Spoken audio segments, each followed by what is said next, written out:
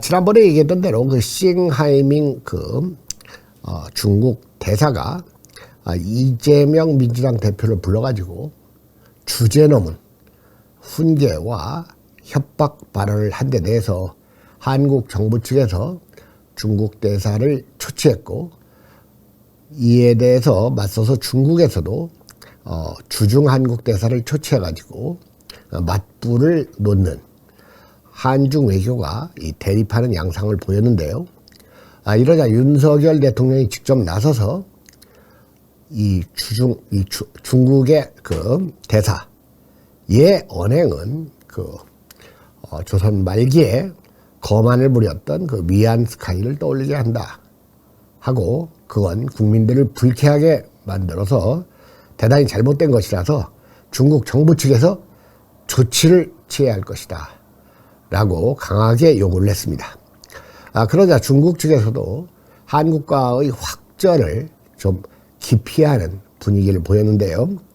왕원빈 중국 외교부 대변인은 어제 정례 브리핑에서 한국 정부가 싱 대사에 대해 중국 측의 적절한 조치를 요구했는데 어떻게 생각하냐고 질문을 하자 즉답을 피했습니다.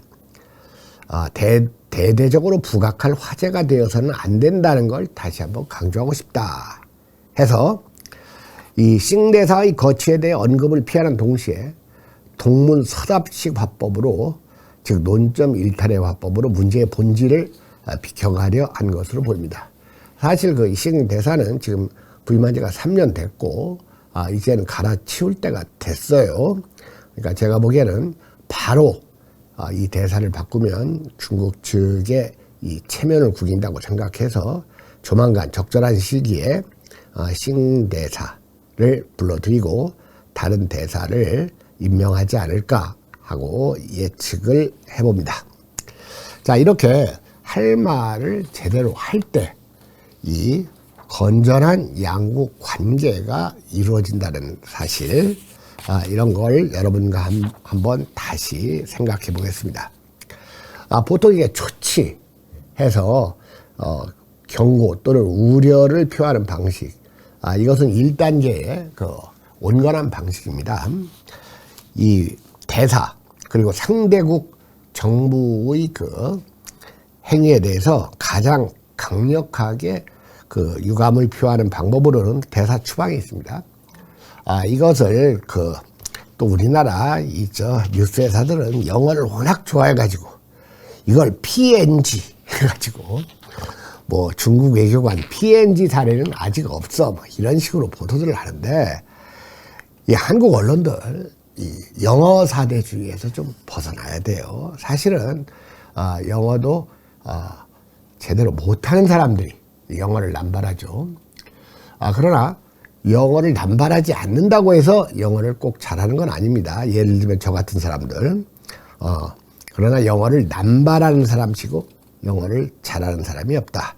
우리가 보통 PNG 하면 PNG에서 줄임말이죠. Person Non-Grate 해가지고 이거 환영받지 못하는 사람, 있어서는 안 되는 사람, 이런 뜻입니다. 그러니까 Person Grate 하면 마음에 드는 사람, 좋은 사람이고, 이 앞에 난자가 붙으면 바람직하지 못한 사람, 이 자리에 있어서는 안 되는 사람이니까 PNG에서 person non-grate 해서 이 PNG 조치, 이 PNG 조치는 대사를 추방하는 거예요.